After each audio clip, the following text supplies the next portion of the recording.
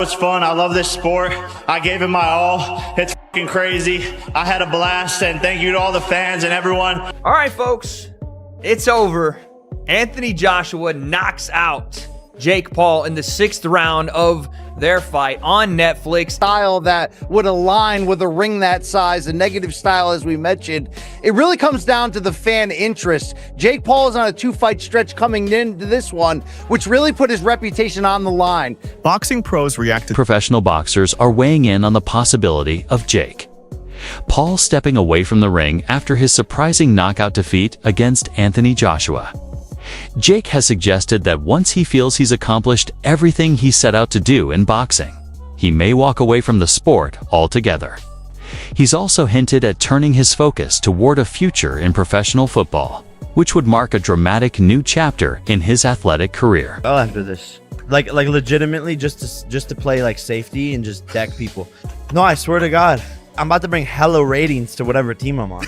Where would you want to go if you can go to any team? Shit, the Browns. So I can run a 4.34. He's the fastest man on the planet. I got hands. I have the size, the power. I can knock people out with one punch. So why can't I play free safety? Do you think you coming into the NFL would be the equivalent of like when an NFL player says, I'm going to try to box now? No, because I played football my whole life. At the end of the day, it's coverage, knowing your plays, and then just... The boxing community reacted strongly after the fight. Following the unexpected knockout, a former IB figure shared a blunt opinion online, suggesting that Jake Paul's boxing journey may be nearing its end. The post questioned his future in the sport after such a decisive loss. Former world champion Duke McKenzie also commented on the bout, highlighting the clear size and reach disadvantage Jake faced against Anthony Joshua. He explained that even when Jake tried to land punches, the distance made it difficult to connect cleanly.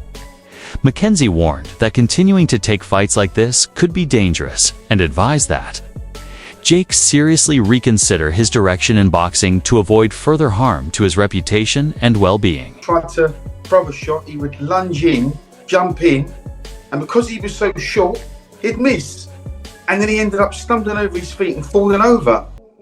Sometimes in that fight, he reminded me of, have you seen that Kung Fu film called The Drunken Master? Except for he wasn't a master. As a Kung Fu guy who walks around and normally kicks people's ass, but he looks drunk all the time. That's what that fight reminded me of.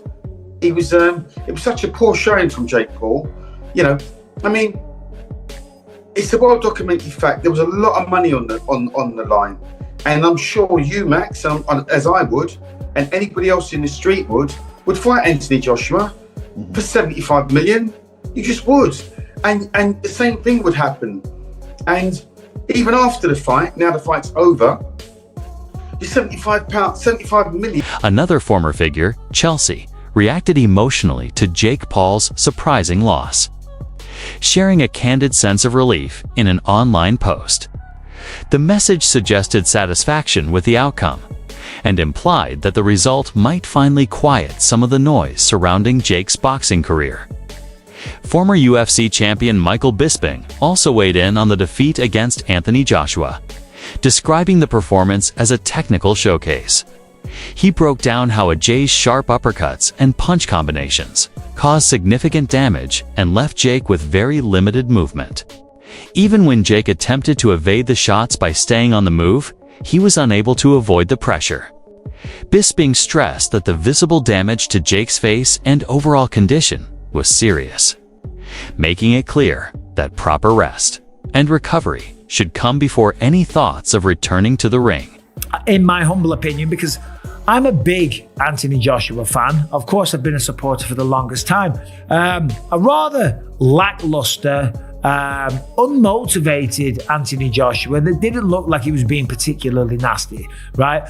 Yeah, a lot of the time he was out of range, and okay, it is hard to land a shot on someone that's backing up and moving away the whole time. And there was a lot of times where he had him in the corner and he could have thrown a shot. And sometimes he was telegraphing his shots. And anytime he did go in to throw a punch, as I said before, Jake Paul would shoot in and turn it into a wrestling match. And even when he wasn't shooting and he was clinching a lot. This is boxing, it's not MMA as we know. The referee should have done a much better job of getting in there and separating them much faster. As I say, it was the 6th round. I think it was the 4th round he got dropped twice. In the 5th round he got through it. In the 6th round, caught him with the jab, a glancing right hook. He goes down, and that was that. That was all she wrote, right? I did a live. There was about 9,000 people watching at one point. Nobody was particularly enjoying the matchup. Listen, okay? I respect both men. I respect anyone really that steps into the ring, okay? And certainly going up against Anthony Joshua, that was a tall task, okay? You know, metaphorically and figuratively, right? It was a tall task. It was a big job. It was a tough opponent. It was a mismatch, and it was, right? Jake Paul never worried Anthony Joshua once. He never rung his bell. He never caused any damage. He never had him worried. He never did anything. It wasn't a fight. It was a display of how long can Jake Paul last. Former online figure, Cabarol's finest, reacted to reports surrounding Jake Paul's injury, suggesting the situation was serious and claiming that Paul required medical attention after the fight, raising questions about his immediate future in boxing. Sean Jones also shared his thoughts on the intense matchup between Jake Paul and Anthony Joshua, pointing out that the bout appeared authentic rather than staged. He noted that even though Jake suffered significant damage to his jaw, Joshua didn't seem to rely on his full power, implying the outcome could have been even more decisive. Jones emphasized how severe the injury looked while also giving credit to the legitimacy of the contest, adding that the fight exposed the reality of stepping up against an elite, world-class boxer like Joshua, which made the aftermath even more serious. Fully convinced that this fight was 100% rigged. Like, people said that this is a clown show, and they said this is rigged, this is scripted. Okay, so now Joshua's won. What are you going to say to that? So was it scripted that Joshua was going to win? You see this whole narrative about, oh, the fight's rigged, the fight's scripted. That's illegal to do, and Joshua is not going to tarnish his legacy by doing something like that. Would Jake Paul do something like that? Maybe so, yeah, but not someone like Joshua. Come on. Now, to be fair, 80% of that fight was looking a little bit dodgy. It was looking like Joshua wasn't throwing as much as he usually would. Jake Paul was landing on Joshua. He landed a really strong jab that knocked Joshua's head back. He landed a couple of decent overhand rights. In fact, Jake was kind of the first one who landed the biggest shots of the fight. But this is the thing, anyone who fights, even on like a low-level basis, or who just does some sparring, will understand that when you fight someone who has got nowhere near the skill level as you, sometimes it can be a little bit harder because they're awkward, they're doing stuff that you don't really expect. You know, sometimes when you fight beginners, it's a bloody nightmare. Just like, you know, awkward movements. You're like, what are they throwing? You don't expect certain shots to come that do come. And then you fight someone who's a little bit more traditionally sound with the fundamentals, and it's almost a little bit easier. And I think that's what we've seen here in this fight. AJ has had an easier time with some fighters who've got like 40 professional fights with 20 KOs on the record than he did with Jake Paul. Why is that? Oh, because it's scripted. It's scripted. No, it's not scripted. It's just because Jake Paul is awkward and he's a beginner in relation to Joshua. So Joshua just took some time to figure them out. You could see Joshua was getting a little bit frustrated in that fourth. An online user known as Mir7Wan issued a blunt warning to Jake Paul after the defeat, urging him to step away from boxing and suggesting that a return would only worsen the situation. Analyst Liam Goff also raised serious concerns following Jake's heavy loss to Anthony Joshua, explaining that most realistic options in boxing are effectively closed in the short term. Goff pointed to the severity of Jake's injuries, including a fractured jaw and additional physical damage, noting that recovery will require substantial time away from competition.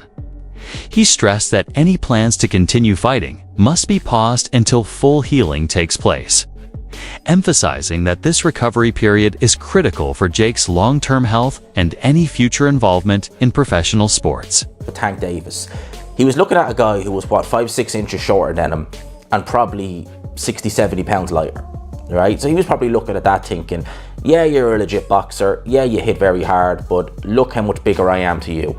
Contrast that to him looking up at Anthony Joshua and realizing, oh my God, look at the size of you in comparison to me. That's a bit different.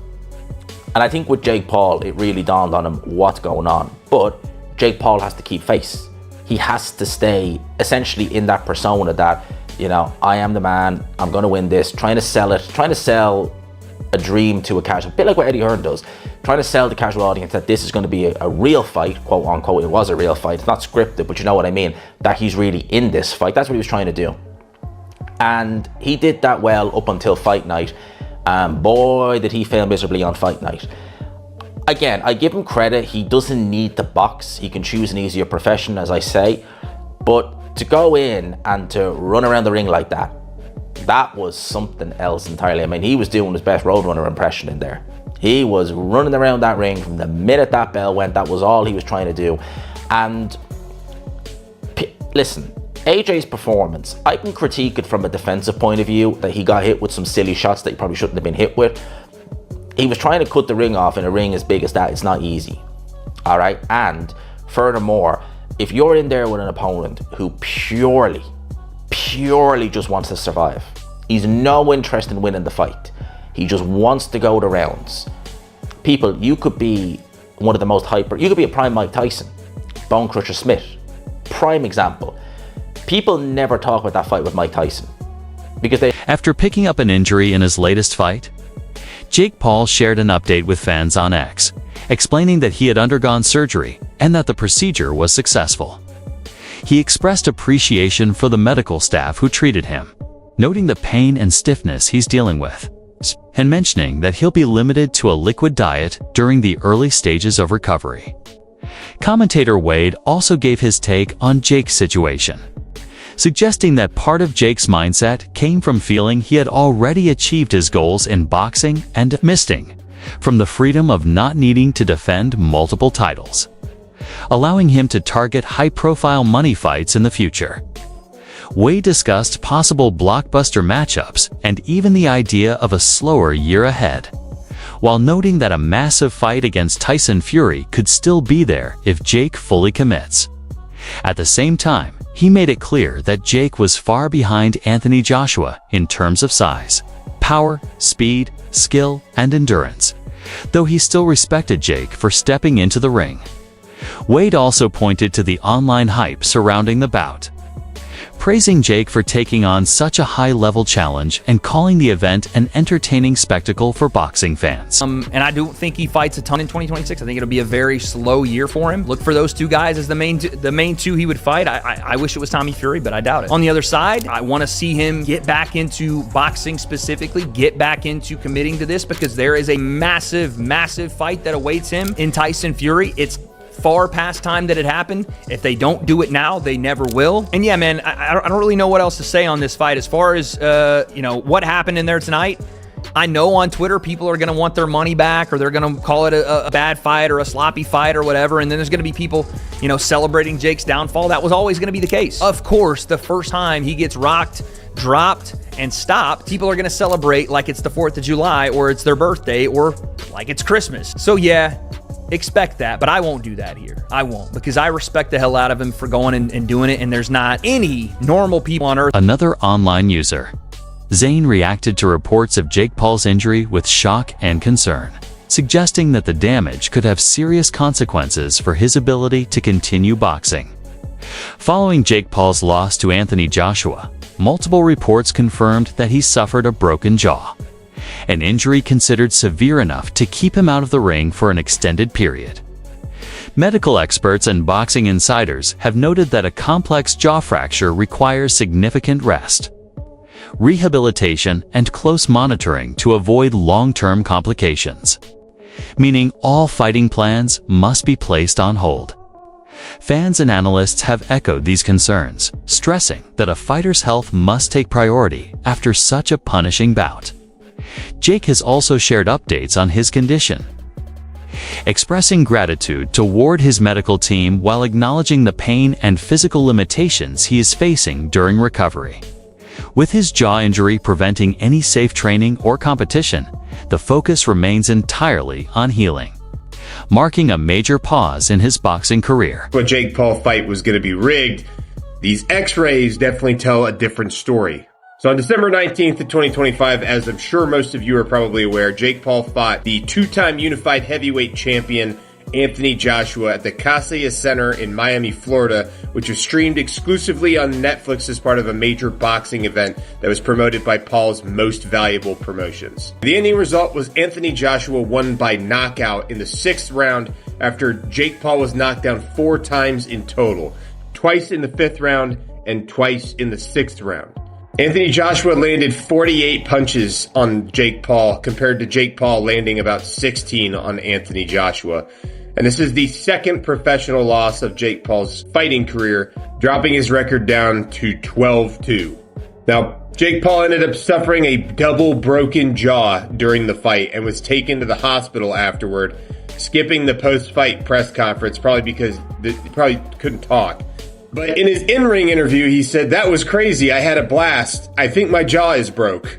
Anyway, as far as his professional fighting career is concerned, as of December 20th of 2025, he doesn't have any new opponents that have been announced, and it's expected that his jaw injury is going to take 4 to 6 weeks to recover from.